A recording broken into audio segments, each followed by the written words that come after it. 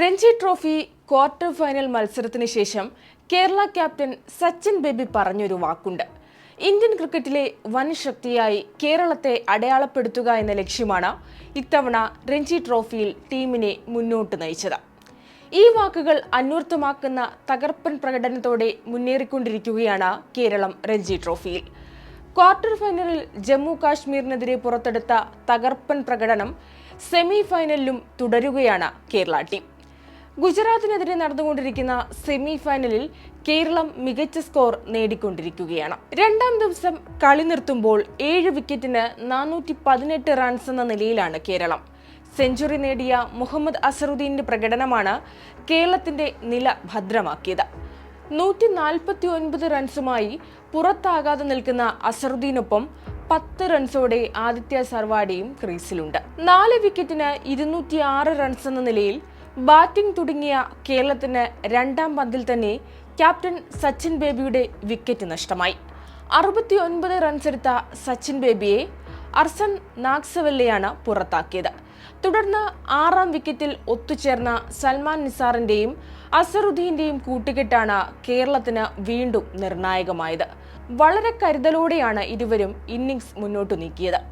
മൈതാനത്തിന്റെ എല്ലാ ഇടങ്ങളിലേക്കും ഷോട്ടുകൾ പായിച്ച അസറുദ്ദീൻ 175 പന്തുകളിൽ നിന്നാണ് സെഞ്ചുറി തികച്ചത്. രഞ്ജിയിൽ അസറുദ്ദീന്റെ രണ്ടാം സെഞ്ചുറിയായിരുന്നു ഇത്. വൈകാതെ അർദ്ധ സെഞ്ചുറി തികച്ച സൽമാൻ നിസാർ 52 റൺസ് എടുത്ത് നിൽക്കെ വിശാൽ ജയ്സ്വാളിന്റെ പന്തിൽ LBW ആയി പുറത്തായി. ഇരുവരും ചേർന്ന് 149 റൺസാണ് 6-ാം വിക്കറ്റിൽ കൂട്ടിച്ചേർത്തത്.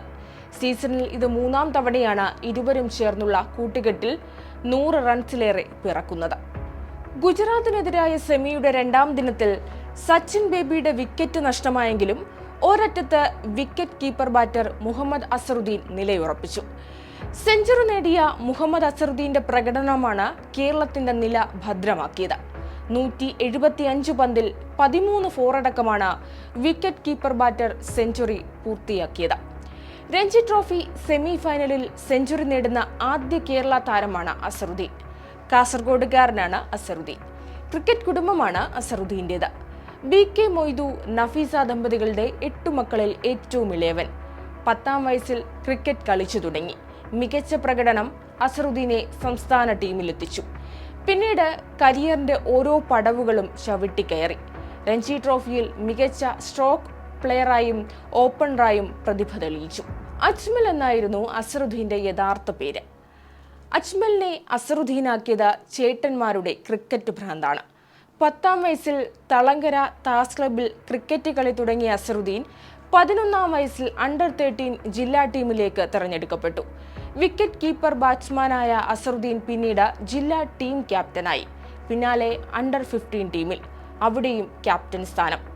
ഇതോടെ കേരള ക്രിക്കറ്റ് അസോസിയേഷൻ അസറുദ്ദീനെ നോട്ടമിട്ടു. അസോസിയേഷന്റെ അക്കാദമിയിലേക്ക് തെരഞ്ഞെടുക്കപ്പെട്ട അസ്കർ 9-ാം ക്ലാസ്സിൽ കോട്ടയം മുത്തോലിയിലെ KCA അക്കാദമിയിൽ പരിശീലനം നേടി. പിന്നീട് മികച്ച താരമായി മാറുകയായിരുന്നു. എന്തായാലും അഹമ്മദാബാദിലെ നരേന്ദ്രമോദി സ്റ്റേഡിയത്തിലെ പിച്ച് 3-ാം ദിനം തൊട്ട് സ്പിന്നർമാരെ തുണയ്ക്കുമെന്നാണ് വിലയിരുത്തൽ. അതുകൊണ്ട് തന്നെ കഴിഞ്ഞ കളിയിലെ പോലെ ആദ്യ ഇന്നിംഗ്സ് പരമാവധി റൺ സ്കോർ ചെയ്ത് ലീഡ് നേടുക എന്നതാണ് കേരളത്തിന്റെ ലക്ഷ്യം. കളി സമനിലയിലായാലും ലീഡും നേടിയാൽ രഞ്ജി ട്രോഫിയിൽ ഫൈനലിലെത്താൻ കഴിയും. അങ്ങനെ തന്നെ നമുക്ക് പ്രതീക്ഷിക്കാം, ആശംസിക്കാം.